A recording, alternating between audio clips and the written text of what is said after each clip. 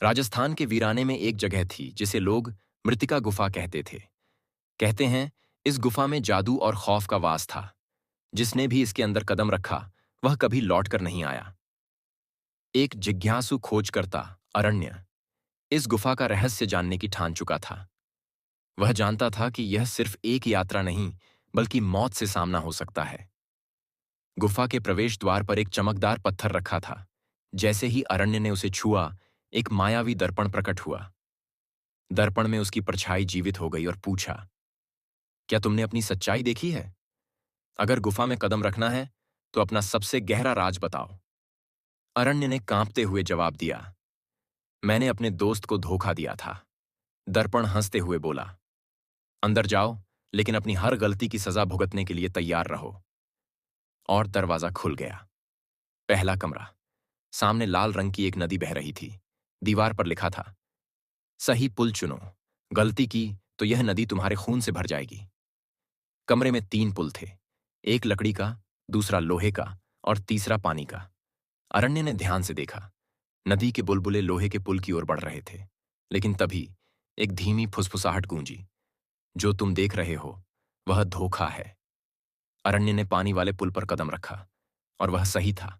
बाकी दोनों पुल नदी में गिर गए। दूसरा कमरा। दीवारों पर लटके कंकाल अचानक जिंदा हो गए। वे बोले, हम वो लोग हैं जो गुफा की परीक्षा में असफल हुए। अब तुम्हारी बारी है। कमरे के बीचों बीच एक चक्र घूम रहा था जिसमें 4 प्रतीक थे, आग, बर्फ, समय और अंधकार।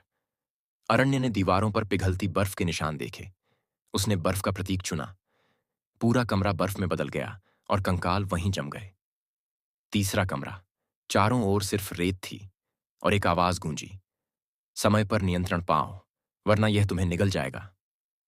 4 घड़ियां थीं, एक में भूतकाल, दूसरी में वर्तमान, तीसरी में भविष्य और चौथी में अनंत। अरण्य ने सोचा। उसने वर्तमान की घड़ी चुनी। तभी पूरा कमरा गायब हो गया और वह अगले दरवाजे पर पहुंच गया। अब वह गुफा के सबसे गहरे हिस्से में था। सामने सिंहासन पर बैठा एक रहस्यमयी आकृति उसका इंतजार कर रहा था। उसकी आंखें लाल थीं। वह बोला, तुमने अब तक अच्छा प्रदर्शन किया है, लेकिन असली परीक्षा अभी बाकी है। तुम्हें अपने सबसे बड़े डर का सामना करना होगा। अचानक अरण्य ने देखा कि वह जंगल में खड़ा है और उसके सामने उसका ही अंधकारमय रूप खड़ा था। वह हंसते हुए बोला, तुम मुझसे बच नहीं सकते। मैं तुम्हारी हर कमजोरी हूं। लड़ो या हमेशा के लिए गुम हो जाओ। अरण्य ने हिम्मत जुटाई। उसने अपने डर को स्वीकार किया और कहा, हाँ, मैं गलतियों से भरा हूं, लेकिन मैं उनसे लड़ने की हिम्मत रखता हूं। अंधकार गायब हो गया। सिंहासन पर बैठा आकृति मुस्कुराया और कहा, तुमने अपनी परीक्षा पास कर ली। अब यह खजाना तुम्हारा है। लेकिन जैसे ही अरण्य ने खजाने को छुआ, उसे महसूस हुआ कि वह खजाना नहीं, बल्कि एक जादुई किताब थी। किताब खुली और उसमें लिखा था, तुमने जो खोया वह यहां वापस नहीं मिलेगा, लेकिन तुम वह बन चुके हो जो किसी भी खजाने से बड़ा है।